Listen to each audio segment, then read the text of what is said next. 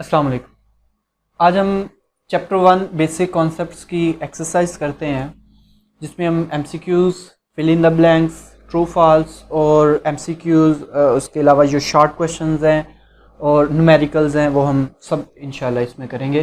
कुछ न्यूमेरिकल्स जो हैं वो पहले ही आप देखेंगे कि चैनल में मौजूद है। उसके अलावा मैंने प्लेलिस्ट भी बनाई हुई हैं चैप्टर वाइज, तो आप वहाँ से चैप्टर वाइज प्लेलिस्ट भी देख सकते हैं। एफएससी पार्ट 1 के, पार्ट 2 के, बीएससी और एमएससी के ऑर्गेनिक केमिस्ट्री के लेक्चर्स भी मौजूद हैं। तो हम स्टार्ट करते हैं एमसीक्यू से। अब एमसीक्यूज़ देख रहे हैं। पहला एमसीक्यूज़ मैं पढ़ता हूँ जिसमें है कि आइसोटोप्स डिफर इन।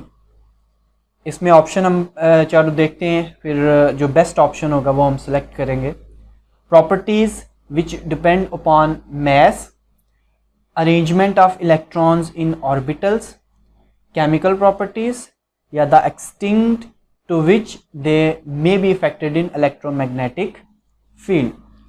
इसमें अगर देखें तो आइसोटोप्स जो हैं उनमें जैसे हम आइसोटोप्स बनाए हाइड्रोजन के, एटॉमिक नंबर सबका क्या होता है 1, लेकिन मैस देखें तो प्रोटियम का 1, ड्यूट्रियम का 2 और ट्रिटियम का मैस 3 होता है। अब इनका क्योंकि एटॉमिक नंबर सेम है और इनमें इनकी इलेक्ट्रॉनिक कन्फिग्रेशन भी सेम है तो इनकी केमिकल प्रॉपर्टीज सेम होंगे। इनके मैसेस डिफरेंट है, तो ऐसी प्रॉपर्टीज जो मैसेस पे डिपेंड करती हैं वो डिफरेंट होंगी। जैसे डेंसिटी, डेंसिटी क्या होता है? Mass over volume. तो यहाँ पे मैस अगर डिफरेंट होगा तो डेंसिटी डिफरेंट होगी। इसके अलावा और जो फिजिकल प्रॉपर्टीज जो मैस पे डिपेंड करती हैं, तो इस तरह हम बोलते हैं कि जो ऑप्शन है हमारा ए ऑप्शन है वो ठीक है हमारा, properties which depend upon mass. Next हम देखते हैं second MCQs. Select the most suitable answer from the given ones in each question. इसमें है पहले कि isotopes with even atomic mass are comparatively abundant। ये बात तो ठीक है, लेकिन हम सारे देखते हैं, हो सकता है इससे भी बेस्ट ऑप्शन हो हमारे पास। Isotopes with odd atomic masses are comparatively abundant। ये बात गलत है क्योंकि odd atomic masses जो होते हैं वो abundant नहीं होते, वो कम होते हैं। Isotopes with even atomic masses and even atomic numbers are comparatively abundant। ये जो ए ऑप्शन है उससे थोड़ा सा बेहतर ऑप्शन है सी। डेल्टा ऑप्शन भी देखते हैं, D option. Isotopes with even atomic message and odd atomic numbers comparatively abundant, ये गलत है। तो ऑप्शन जो बेस्ट ऑप्शन है वो हमारा सी है, क्योंकि हमने आइसोटोप वाले टॉपिक में हमने ये पढ़ा था कि ऐसे आइसोटोप्स जिनका जो इवन एटॉमिक मैस रखते हैं और एटॉमिक नंबर भी इवन हो तो वो अबंडेंट होते हैं, जिनमें से हमने कुछ देखे थे जैसे ऑक्सीजन है, मैग्नीशियम है, सिलिकॉन है, कैल्शियम है और आयरन है। ये इनका एटॉमिक नंबर इवन होते हैं और मैस भी जो है वो इवन होता है और मल्टीपल ऑफ 4 होते हैं, तो ये मोस्ट अबंडेंट होते हैं अर्थ क्रस्ट में। इसके बाद हम देखते हैं third MCQs. Many elements have fractional atomic mass, this is because, जैसे नियॉन का अगर हम मैस देखें तो नियॉन का जो एटॉमिक मैस हम लिखते हैं 20.18 AMU लिखते हैं। तो कहते हैं ये फ्रैक्शन में क्यों है, ये एग्जैक्ट 20, 21, 22 क्यों नहीं है, इस तरह क्यों नहीं है। ये हम देखते हैं कि इनके आइसोटोप्स के होते हैं, ये एक पहला आइसोटोप, दूसरा और तीसरा आइसोटोप होता है, लेकिन हम बात करें सिर्फ नियॉन की एवरेज मैस। तो कहते हैं फ्रैक्शन में क्यों है। इसके अलावा आप देख लें, ऑक्सीजन का देख लें 50.998 इस तरह है उसका। तो इसकी रीज़न क्या है? तो हम कहते हैं कि एक्चुअली इसके अगर हम ऑप्शन देखें तो उसमें हमें इसका आंसर मिलेगा the masses of atom is itself fractional. इसके अलावा देखते हैं atomic masses are average mass of isomers, ये गलत है, पहला ऑप्शन भी ठीक नहीं है। Atomic masses are average masses of isotopes, ये बात ठीक है, लेकिन उसके बाद आगे देखते हैं इससे बेहतर ऑप्शन भी हो सकता है। Atomic masses are average masses of isotopes, यहाँ तक तो बात सी वाली है, लेकिन इसके साथ आगे एडिशनल बात लिखी हुई है उसने, proportional to their relative abundance. तो ये ऑप्शन जो है ये सी ऑप्शन से भी बेहतर है, क्योंकि इसमें उसने कहा है कि जो एवरेज मैस होता है वो किसके प्रोपोर्शनल होता है, किसके साथ तल्लक होता है, दो चीज़ों का, उसका मैस और उसकी रिलेटिव अबंडेंस से भी। और जब हम एवरेज मैस फाइंड करते हैं आइसोटोप्स का तो उसमें देखते हैं, हम फार्मूला हमें पता है कि हम मल्टीप्लाई करते हैं mass of isotope multiplied by there relative abundance plus mass of second isotope और उसकी रिलेटिव अबंडेंस, और उसको डिवाइड करते हैं 100 पे, जिससे हमें एवरेज एटॉमिक मैस मिलता है। इस तरह अब हम आगे देखते हैं। 4 वाला एमसीक्यूज है, mass of 1 mole of electron is. इसमें ऑप्शन दिए हुए हैं, तो हम पहले जरा इसकी कैलकुलेशन करते हैं और फिर देखते हैं इसके 1 मोल आइसोटोप जो है 1 मोल ऑफ इलेक्ट्रॉन है उसका मैस कितना आता है। 1 मोल इलेक्ट्रॉन, कितने इलेक्ट्रॉन्स होंगे देखते हैं। 1 मोल ऑफ इलेक्ट्रॉन ये होंगे 6.02 इंटू 10⁻23। इतने इलेक्ट्रॉन्स होंगे। अगर हम देखें एक इलेक्ट्रॉन का मैस कितना होता है, mass of 1 electron, mass of 1 electron तो ये होता है 9.1 इंटू 10⁻31 kg। इसको ग्राम में ले आते हैं हम, तो ये हो जाएगा 9.1 इंटू 10⁻28 हो जाएगा, क्योंकि किलो जो है 10⁻+3 होता है, तो +3 जो है वो उसमें साथ प्लस हो के -31 में तो 28 रह जाएगा ग्राम। तो ये मैस ऑफ 1 इलेक्ट्रॉन, एक इलेक्ट्रॉन का इतना मैस होता है। तो टोटल इलेक्ट्रॉन्स कितने, क्योंकि उसने 1 मोल का पूछा है, तो देख लेते हैं। Mass of 6.02 into 10⁻23 electrons. अब इसको मल्टीप्लाई कर दें 9.1 इंटू 10⁻28 और मल्टीप्लाइड बाय 6.02 इंटू 10⁻23। तो जब आप इसको कैलकुलेट करेंगे तो आपके पास आंसर आएगा। अब इसको मल्टीप्लाई करेंगे तो ये आंसर आएगा आपके पास। अब आपके पास जो ऑप्शन है सारे वो हैं मिलीग्राम में। तो मिली जो होता है वो 10⁻³ होता है, तो हम इसको मिली में लेके जाने के लिए 10⁻³ अलग कर लेते हैं। 10⁻³ ग्राम, ये बन जाएगा मिलीग्राम। जब आप इसको इससे मल्टीप्लाई करेंगे तो ये -2 है, ये पॉइंट पीछे चला जाएगा 0.5, और ये आप चलें इसको ऐसे कर लें मिलीग्राम, ये बन गया मिलीग्राम। जबकि इसको जब आपने मल्टीप्लाई किया तो उससे ये आंसर आया आपका। तो आप 8 है तो इसको आप 5 कर सकते हैं, 0.55 mg। तो ये आपके पास आंसर आएगा इसका। तो आप देख सकते हैं कि आपका ऑप्शन जो बी है बीटा 0.55 mg वो करेक्ट ऑप्शन है। नेक्स्ट एमसीक्यूज है 5।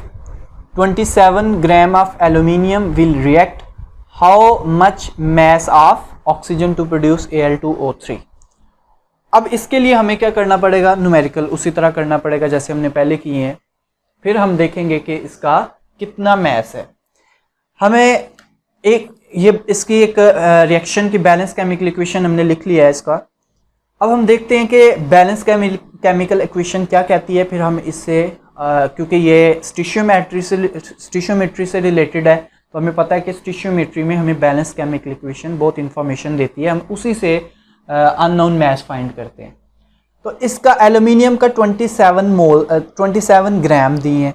हम बैलेंस केमिकल इक्वेशन को यूज़ करके पहले देखते हैं कि कितने मोल्स चाहिए होते हैं, ऑक्सीजन कितने मोल्स रिएक्ट करते हैं। बैलेंस केमिकल इक्वेशन कहती है कि अगर एल्यूमिनियम के 4 मोल होंगे तो ऑक्सीजन 3 मोल कंज्यूम होगा Al2O3 बनाने के लिए। तो फिर हम देखते हैं कि 1 मोल एल्यूमिनियम के लिए ऑक्सीजन कितनी कंज्यूम होगी, ऑक्सीजन गैस, तो 3/4 ये बनेगा 0.75 मोल्स। अब हम देखते हैं कि उसने एल्यूमिनियम का कितना मैस दिया है, एल्यूमिनियम मोल्स कितने बनते हैं उस मैस से। तो moles, number of moles of aluminium, mass उसने दिया गिवन मैस 27 ग्राम। तो 27 मैस है उसका और मोलर मैस भी इसका 27 होता है, इसका मतलब है 1 मोल। तो हमने इसका मतलब है यहाँ तक कैलकुलेशन की है तो इतने मोल्स हैं, तो इसका मतलब है कि 1 मोल से इतने मोल्स रिएक्ट करेंगे। तो अब आपने क्या करना है, इसको मैस में ले जाना है, क्योंकि उसने पूछा है बताएं कितना मैस इसका O2 का कंज्यूम होगा। तो आप सिंपली इसको मैस में कन्वर्ट करें। तो मैस होता है number of moles multiplied by molar mass. ये आपको मोल वाले फार्मूला से पता होना चाहिए, mass over molar mass, mass over molar mass. Number of mole ऐसे फाइंड करते हैं, हमें क्योंकि मैस चाहिए तो हम इसको मोलर मैस को नंबर ऑफ मोल से मल्टीप्लाई कर देंगे। 0.75 मल्टीप्लाइड बाय O2 का मोलर मैस होता है 32 ग्राम। ठीक, इसमें अगर आपको इसमें प्रॉब्लम हो रही है तो आपको पहले स्टिशियोमेट्री का और लिमिटिंग रिएक्टेंट का जो 2 टॉपिक्स हैं ये अच्छी तरह आने चाहिए। अगर आपने वो नहीं देखे, वो नहीं आते, तो वो लेक्चर्स मौजूद हैं, आपको वो देखनी चाहिए, फिर आपको ये चीज़ें समझ आएंगी। और इसके अलावा इससे रिलेटेड बड़े न्यूमेरिकल्स भी मौजूद हैं। तो इसको हम जब आप सॉल्व करेंगे तो ये आ जाएगा 24 ग्राम। तो इसका जो करेक्ट आंसर है वह 24 gram of oxygen, delta option. Next MCQs number 6, number of moles of CO2 which contain 8 gram of oxygen. कहते हैं आप ये बताएं कि CO2 के कितने मोल्स हों कि उसमें ऑक्सीजन 8 ग्राम हो। तो हम इसको थोड़ा सा कैलकुलेट करते हैं। हम कहते हैं कि अगर 32 ग्राम ऑफ ऑक्सीजन हो, O2 अगर 32 ग्राम हो CO2 में, इसको हम सॉल्व कैसे करेंगे। हम पहले CO2 को देखते हैं। CO2 में अगर 1 मोल हो, अगर 1 मोल हो CO2, तो इसमें कितने मोल्स होते हैं, मैस कितना होता है दोनों। कार्बन का 12 ग्राम होता है 1 मोल अगर लें और ग्राम में लें उसको, और ऑक्सीजन होगी 32 ग्राम, मतलब 1 मोल होता है तो 32 ग्राम ऑक्सीजन होती है। हमने ये बताना है कि अगर ये 8 ग्राम हो तो फिर बताएं इसके मोल्स कितने होंगे CO2 के। तो इसके 2 तरीके हैं। एक तो आप शॉर्टकट तरीका है कि आप माइंड में इसको सोच लें कि ये कितने गुना इसको कम किया है, आप मोल्स को भी उतने गुना कम कर दें। अगर आप 32 को 4 पे डिवाइड करें ना, इसको 4 टाइम्स लेस करें तो ये 8 आता है। इसका मतलब है उसने ऑक्सीजन का मैस आपको 8 ग्राम मतलब 4 टाइम्स लेस बताया है जितना कि 1 मोल में होता है। तो अगर 1 मोल के मैस को 4 टाइम्स लेस करके मैस बता के पूछा मोल्स कितने हैं, तो आप इसको भी 4 टाइम्स कर दें। तो मोल्स कितने होंगे 1/4 टाइम्स, 1/4 मोल्स आएंगे इसमें। ठीक है, क्योंकि मैस उसने 4 टाइम्स बताया है, तो इस तरह ये भी क्या होंगे, मोल्स भी 4 टाइम्स लेस हो जाएंगे। तो ये आंसर आपके पास आएगा 0.25 मोल्स। या इसका दूसरा तरीका भी है, वो किस तरह, वो भी उसी तरह इसको कंपैरिजन करके अब उसको देखते हैं हम। जैसे मैंने आपको अभी बताया कि 1 मोल अगर CO2 हो तो उसमें 32 ग्राम O2 होती है। तो इसका मतलब है कि अगर 32 ग्राम ऑफ ऑक्सीजन होगी तो उसमें कितने मोल्स होंगे, कंटेन मोल्स ऑफ CO2, मतलब 32 ग्राम कितने मोल्स ऑफ CO2 में होती है, इज प्रेजेंट, ऐसे लिख लें 32 gram of O2 is present in moles of CO2। कितने मोल्स में होती है, 1 मोल में। तो 1 ग्राम कितने मोल्स में होगा, 1/32। 32 ग्राम 1 मोल में और 1 ग्राम 1/32। अब आपने ये देखना है कि 8 ग्राम जो है वो कितने मोल्स में होती है। तो 8 ग्राम आप देख लें 1/32 × 8, तो आप इसको कर लें 4, क्योंकि 8 4 बार 32 होता है, तो आप इसको कर लें 1/4। तो ये आंसर उसी तरह 0.25 मोल्स। इसका मतलब है कि अगर CO2 0.25 मोल्स होगा तो तब इसमें ऑक्सीजन का मैस कितना होगा, O2 का मैस 8 ग्राम। तो इसका करेक्ट ऑप्शन क्या है, अल्फा 0.25। 0.25 मोल्स। देखिए मैंने आपको दो तरीके बताए। एक था शॉर्टकट कि आप उसको देखते ही ऑब्जर्व कर ले कि उसने मैस कितने टाइम्स उसने लेस दिया है, ताकि आप डिवाइड कर लें उसको। ये ट्रिकी मेथड होता है, टाइम शॉर्ट हो आपके पास, टाइम बचाने का मेथड होता है ये। दूसरा मेथड था जिसको आप सॉल्व करें। तो दोनों मेथड बताने का मकसद क्या है कि अगर आपको एक की समझ नहीं आती, दूसरे की समझ आती, कम से कम आप सॉल्व कर लें अगर आपके पास जो भी है। और अगर एक मेथड समझ आ जाएगी तो उसकी मदद से फिर दूसरे को भी आप पिक कर लेंगे। इसी तरह आप 7 वाला MCQs देखें तो उसमें भी आप इसी तरह ट्रिक यूज कर सकते हैं। और वो क्या है, the largest number of molecules are present in. आपके पास 4 ऑप्शन है, 3.6 gram of H2O, 4.8 gram of C2H5OH और ये एथेनॉल है, 2.8 ग्राम ऑफ CO और 5.4 ग्राम ऑफ N2O5। इसमें हम मोल्स देख लेते हैं। अगर हमें इनके मोल्स पता चल जाएं, जिसके नंबर ऑफ मोल्स सबसे ज़्यादा होंगे उसमें नंबर ऑफ मॉलिक्यूल्स भी सबसे ज़्यादा होंगे। अब आपने मैस जो इनके मैसेज है ना उनको ऑब्जर्व करना है आपने। मैसेज क्योंकि जो MCQs दिए होते हैं ना, इस तरह MCQs में आपको वैल्यूज़ ऐसी दी जाती हैं कि जिसको आप इजीली, अगर आप थोड़ा सा माइंड यूज़ करें तो आप इजीली उसको सॉल्व कर सकते हैं। सिर्फ आपने थोड़ा सा उसको देखना, गौर करना है सिर्फ आपने। जैसे इसमें 4 ऑप्शन है, जिसमें पहला ऑप्शन, मैं चारों ऑप्शन यहाँ पे लिख लेता हूँ। 3.6 gram of H2O, B option है beta option, 4.8 gram of C2H5OH, इसमें चार्ली ऑप्शन है C option, 2.8 gram of CO और delta option D option, 5.4 gram of N2O5।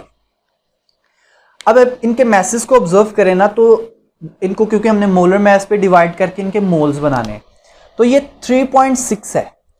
अगर आप देखें H2O का जो मोलर मैस है वो होता है 18 ग्राम, ये 3.6 मतलब उसने इसको डबल करके ना, 18 ग्राम को डबल करके 36, 2 मोल्स अगर हों तो 36 को 10 गुना कम किया हुआ उसने, 3.6। अब इसको ऐसे देखें, इसके नंबर ऑफ मोल्स बनाने ने आपने, 3.6 डिवाइडेड बाय मोलर मैस इतना है। आप इसका पॉइंट खत्म करके ना तो नीचे 10 ले आए, पॉइंट खत्म करना है आपने। आप इसको कर लें 2, तो ये हो जाएगा 2/10, तो ये आप इसको देखेंगे तो 0.2 मोल्स। ठीक, इस तरह करना है आप। अगर आप इसको देखें तो ये है 4.8 ग्राम, ये 4.8 ग्राम जो दिया है ये इसके मोलर मैस से उसी तरह उसने इसको किया है। आप देखें ना इसको, तो इसका मोलर मैस आप फाइंड करेंगे तो ये आएगा 46 ग्राम। 46 ग्राम से थोड़ा सा ये ज्यादा है, लेकिन उसका कोई मसला नहीं है, पॉइंट्स में डिफरेंस आएगा तो उसको देख लेते हैं। ये भी, अब इसने इसको डबल नहीं किया लेकिन उसको पॉइंट सिर्फ बना दिए, तो मैं इसके मोल्स बनाने हैं, मैस ओवर मोलर मैस 46। आप इसको इमेजिन करें 48 ही है, क्योंकि हम देखेंगे अगर हमें मजीद बारीकी में जाना पड़ेगा तो फिर हम नेक्स्ट पॉइंट देख लेंगे। ये जो 2 का फ़र्क हम डाल रहे हैं इसको बाद में देख लेंगे। इसका पॉइंट भी ख़त्म करें और 10 नीचे ले आए इसका। ठीक, इसको पॉइंट को ऐसे ख़त्म करते हैं तो ये आ जाएगा 1। हम इमेजिन कर लेते हैं इसको, फ़र्ज कर लेते हैं इसको, तो ये आ जाएगा 0.1।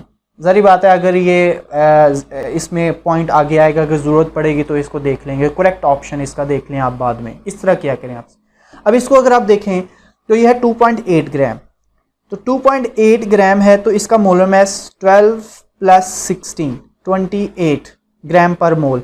तो ये इसका मतलब है कि ये divided by 28 number of moles निकालने आपने। तो इसी तरह इसका पॉइंट नीचे ले आए ताकि आप इसको इजीली कर सकें।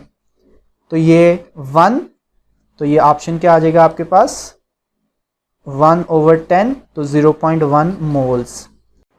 अब हम ऑप्शन डी को देखते हैं। देखिए ये मैं आपको समझा रहा हूँ हर चीज़ एलेबोरेट करके, लेकिन याद रखना है आपके पास टेस्ट में या पेपर में इतना टाइम नहीं होता।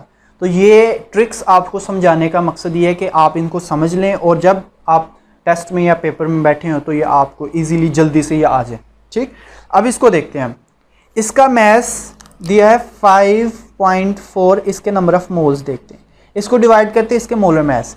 इसका मोलर मैस आएगा, नाइट्रोजन 1 हो तो 14, 2 हैं तो 28, प्लस ऑक्सीजन 5 है, एक का होता है 16, तो 5 का हो जाएगा 80।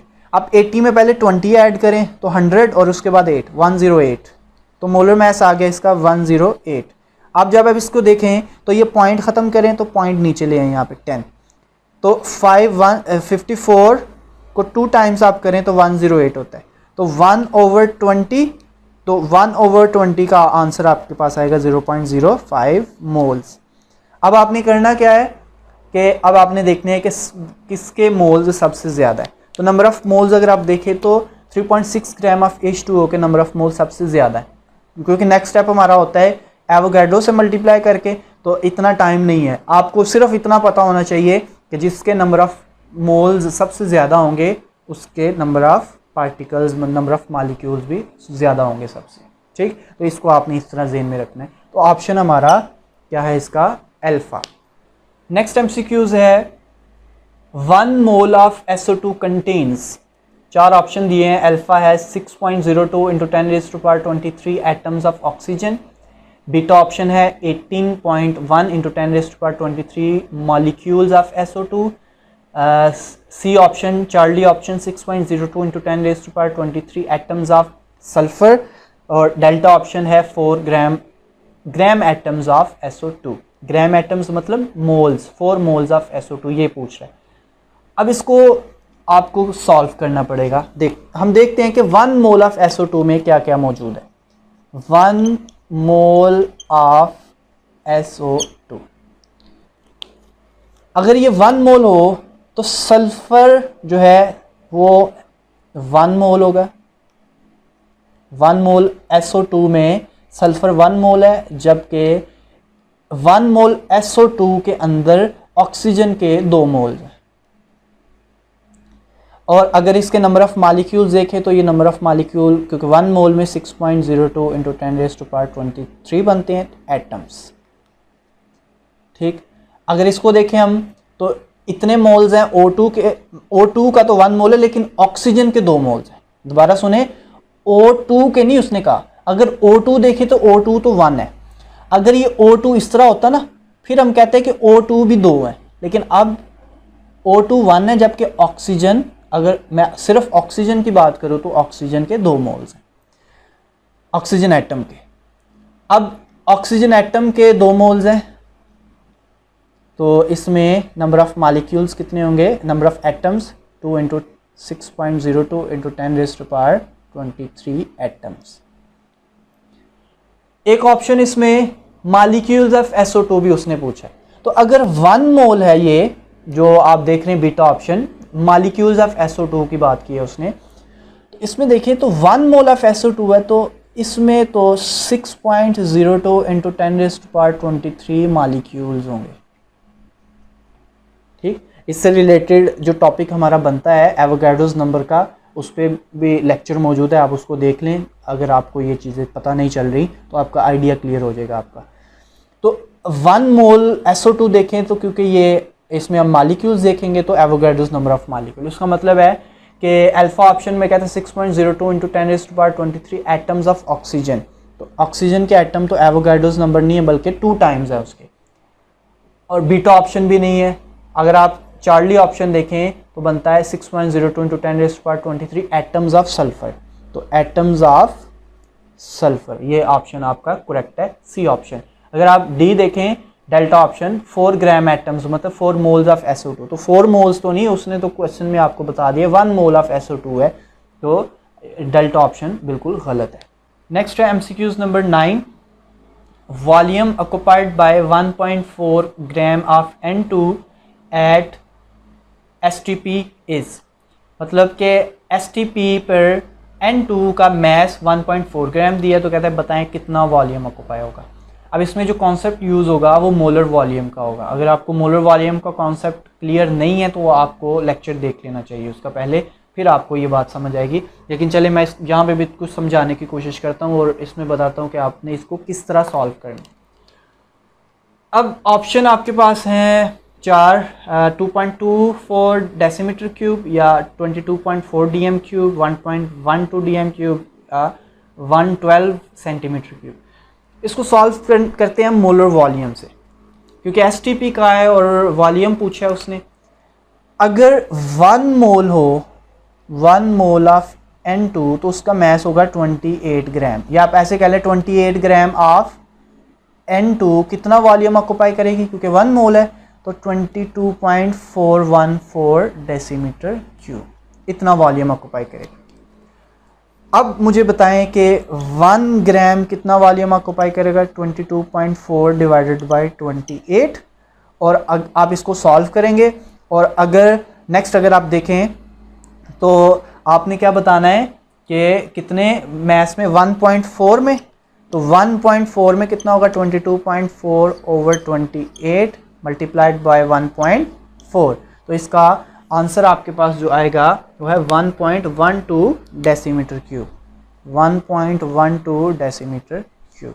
या इसका दूसरा तरीका क्या है, वो उसी तरह ट्रिक जो आपने शॉर्टकट इसको यूज़ करके करना है, वो उसने पूछा है कि बताएं 1.4 ग्राम में कितना वॉल्यूम ऑक्यूपाई करेगा।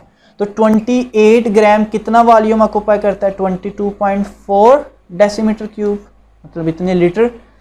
तो इसको हाफ करें आप, 14 ग्राम, अगर ये 14 ग्राम हो तो ये हो जाएगा 11.2 डेसीमीटर क्यूब। क्योंकि ये 1.4 है ना, तो हमने उसकी तरफ जाना है, हमने 14 ले आए, तो इसको आप 10 टाइम्स लेस कर दें, डिवाइडेड बाय 10 करेंगे तो 1.4 आ जाएगा। तो इसको भी आप 10 टाइम्स कम कर दें, डिवाइडेड बाय इसको डिवाइडेड बाय 10, इसको भी डिवाइडेड बाय 10.12 डेसीमीटर क्यूब। तो आपने इसको इस तरह भी सॉल्व कर सकते हैं। तो करेक्ट ऑप्शन हमारा सी है, Charlie option, 1.12 decimetre cube. Next हमारा 10th MCQs है जो कि लिमिटिंग रिएक्टेंट से रिलेटेड है। लिमिटिंग रिएक्टेंट का टॉपिक भी मौजूद है, आपको वो भी देख लेना चाहिए। हम इसको MCQs को देखते हैं आप। A limiting reactant is the one which is taken in lesser quantity in grams as compare to other reactants. बिल्कुल गलत बात है, हम इस रिएक्टेंट को लेज़र क्वांटिटी में नहीं लेते, खुद ऐसी कोई बात नहीं है। Is taken in lesser quantity in volume as compare to other reactants, ये बात भी ठीक नहीं है। Gives the maximum amount of product which is required, बिल्कुल गलत बात है, बल्कि ये क्या करता है, डेल्टा ऑप्शन, 3 ऑप्शन गलत है तो डेल्टा ऑप्शन हमारा ठीक होगा। Gives the minimum amount of product under consideration. तो हम लिमिटिंग रिएक्टेंट को डिफाइन ही इसी तरह करते हैं कि limiting reactant is the reactant which controls the amount of product due to its earlier consuming. तो ये मिनिमम अमाउंट ऑफ प्रोडक्ट देता है। तो डेल्टा ऑप्शन जो है आपका करेक्ट ऑप्शन है, gives the minimum amount of product under consideration.